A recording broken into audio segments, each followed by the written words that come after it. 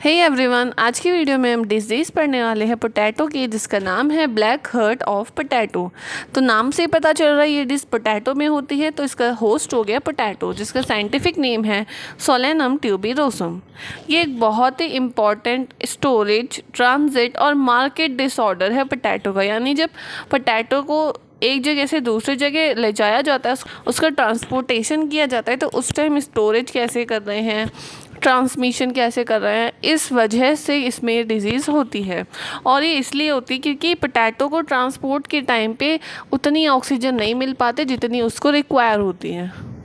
अब आते हैं इस डिज़ीज़ के सिम्टम्स। तो इस सिम्टम में क्या दिखता है कि जो ट्यूबर मतलब ये पोटैटो, इस पोटैटो का जो सेंटर होता है वो डार्क ग्रे से लेकर पर्पल और इंकी ब्लैक कलर का डिस्कलरेशन शो करता है जब हम इसको काटते हैं, या फिर जब हम इसको काटते हैं उसके बाद इसमें एक रैपिड चेंज होता है इसके कलर में। ये वाइट से कन्वर्ट हो जाता है पिंक टू ब्राउन और डार्क ब्राउन टू ब्लैक, ऐसे ही कलर कन्वर्ट हो जाते हैं। ये ऐसा इसलिए होता है क्योंकि इसमें एंजाइमेटिक रिएक्शन होती है।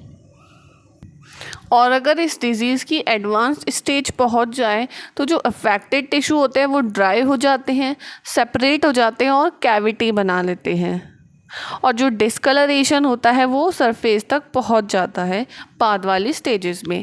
अब है इसका कॉजल एजेंट, यानी ये डिज़ीज़ करता कौन है, होती कैसे है।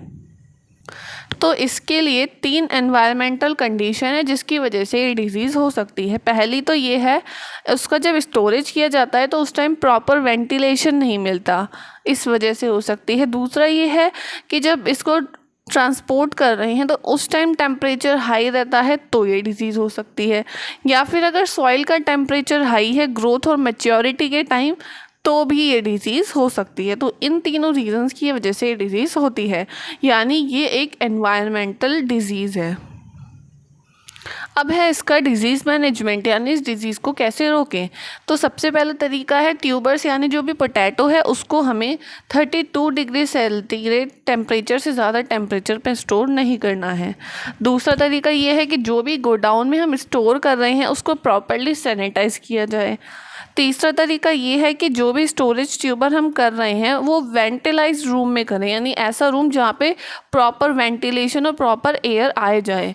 और जो ट्यूबर्स की बोरियां होती है, बैग्स होते हैं, उनको एक दूसरे के ऊपर बहुत ज़्यादा नहीं रखना चाहिए, क्योंकि इस वजह से उनमें वेंटिलेशन नहीं मिल पाएगा प्रॉपर और ये डिज़ीज़ हो जाएगी।